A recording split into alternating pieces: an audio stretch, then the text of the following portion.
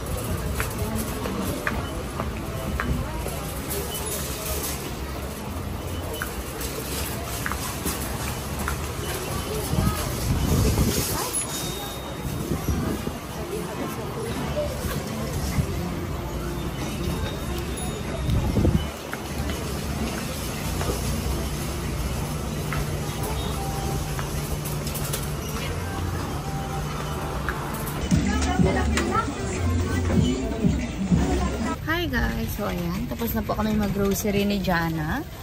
At nakabili na po kami ng bigas at mga groceries para sa mga bata. At para sa stocks na din nila nanay for 1 week or more.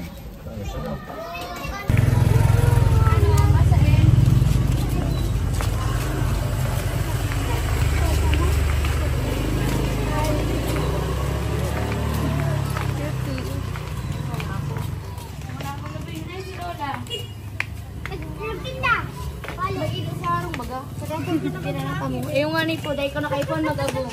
Igwa na po. Bye-bye. Igdi na lang kami ito sa araw. Bye-bye. Bye-bye!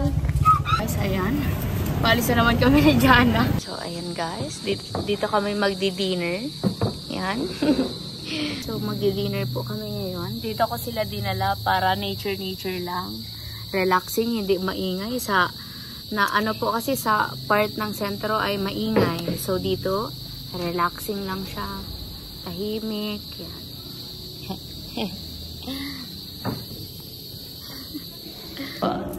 Thanks God, dito na po ang pagkain namin. Ayan. Kaya na po kami. Ayan. Papunta po kami ngayon sa bahay ni nanay para kamustahin siya at para ibigay po sa kanya yung isang sakong bigas. Tapos mga groceries po. Ayan, kasama ko po si Daddy Randy at Tito Jerome at yung ko po assistant. So, ayan guys. Hello.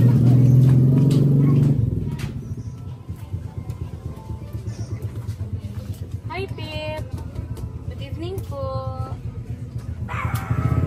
Hi. Bless kay Tito. Ano po yung panganay ko dito? Yung hinahalagaan ko po. Bless you. Bless naman sa. Hi, bebe.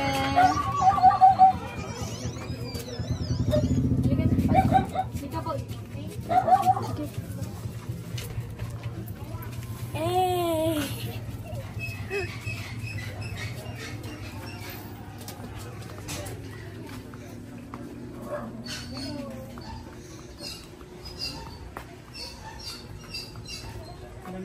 Magandang gabi po.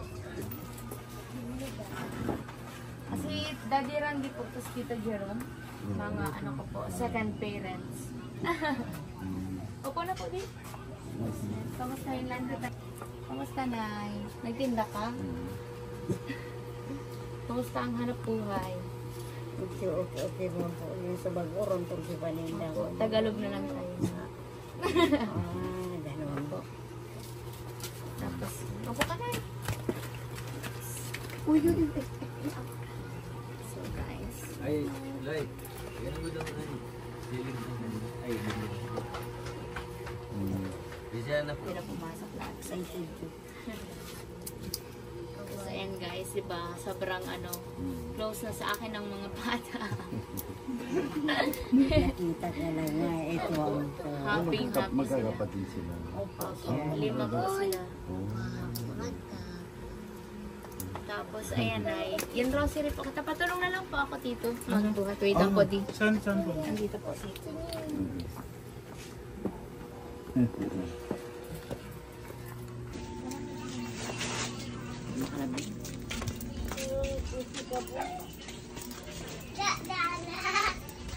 $1.5 ko ba? Be, ito na. Bagas! Di ba hiling ka po?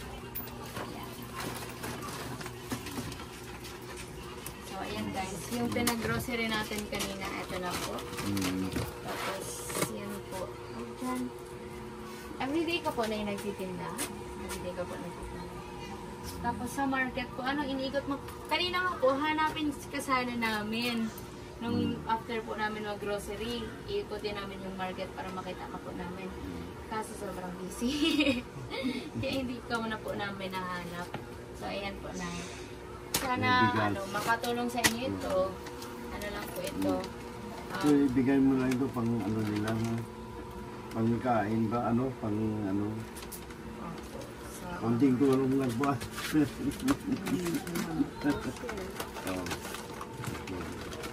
Ito po.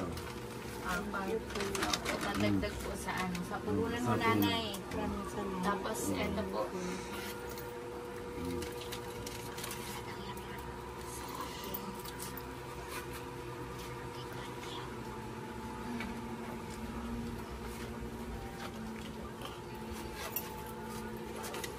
Ito po yung tira dyan sa pinang-grocery ko.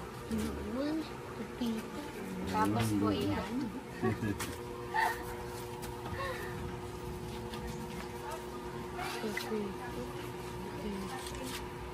Laban lang na yun.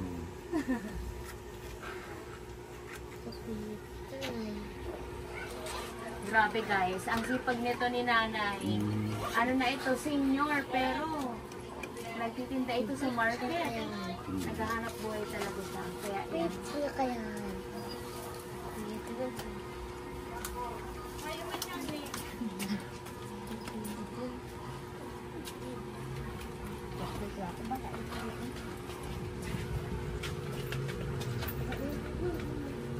Sabi sa iyo na God will provide.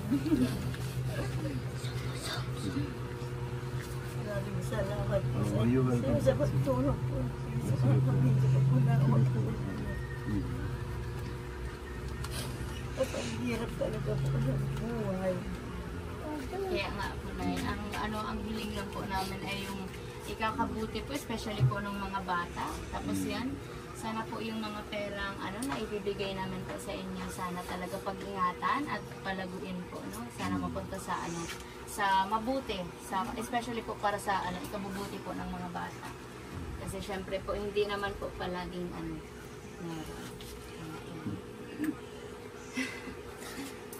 na lang po na baka gusto mo manawagan sa mga gusto pang tumulong para sa kahit po mga simpleng lang pang-provide lang sa mga needs ng mga bata po kasi lahat sila nag-aaral hindi siya biro guys kasi 5 silang estudyante, sabay-sabay sila nag-aaral, so kailangan talaga nila ng support sa kahit anong, kasi ngayon kahit maliit na halaga, sobrang malaking tulong na po eh. Kahit yung simpleng grocery, malaking tulong na po ito kila nanay at sa mga bata. Malaking blessing na po ito sa kanila. Kaya po, yan, Nay, baka gusto mo pong manawagan sa mga gusto pong magbigay po ng tulong pa. Tapos, magpasalamat po tayo doon sa mga tumutulong po. Yan. Maraming salamat po sa inyo sa lahat ng tumutulong po sa amin. Closer to Kasi ang hirap po talaga ng magiging lula. 5 anak ang iniwan sa isang lula, mambabalot lang ang nag-aasikaso. Gusto ko talagang makita yung ina nito. Sana kung sino po man po ang nakarinig sa akin, kung pwede po uwiin at po ninyo dito sa amin. Kasi yung mga bata, kailangan pang mama niya. Tapos ano lang tayo. Ano ba ang dapat gawin ko dito sa mama nito? Hindi po. Hindi nakikinig sa po. Hindi Gusto ko kasi, talaga Nay, hindi kasi natin mahanap ang ayaw magpahanap. At hindi naman din natin mapipilit yung tao. So, siguro ipasa Diyos na lang natin ang lahat. Kasi syempre po, may mga bagay na hindi natin kontrolado. At wala tayong power para Pero siguro po, if idadaan sa legal basis po, pwede naman po kayong sa kasi mahirap po ang daming process, ang daming pong proseso. So, yan. Ipagdasal na lang po natin na sana mamulat ang kanyang mga mata na sa responsibilidad niya po sa especially sa mga anak niya po, kasi hindi po biro ang sitwasyon ni nanay, kasi sobrang tandaan na ni nanay. Isipin niyo guys, nag-iikot siya sa market from first floor to third floor. Ang lawak po ng market namin. Iniikot niya yan para lang magbenta, para lang magkaroon ng income, para may pangkain ng mga bata, ang 5 niya pong apo, para makapag-aral sila. So mahirap po talaga ang sitwasyon ni nanay. Kaya sana mabuksan ang puso at isipan ng nanay nila na gampanan yung responsibilidad, kasi andito naman po kami, willing po kaming tumulong sa abot ng aming makakaya. Yan, andito naman po kami para mag-support, pero sa abot ng makakaya lang po namin. Tapos yun po, Nay, yan, hindi talaga natin kung paano lilitaw yung nanay nila, hindi natin alam kung paano.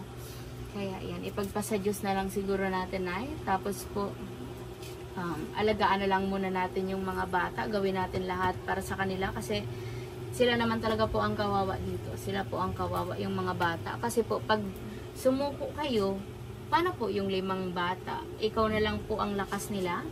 Kaya dapat mas maging malakas ka po para sa kanila.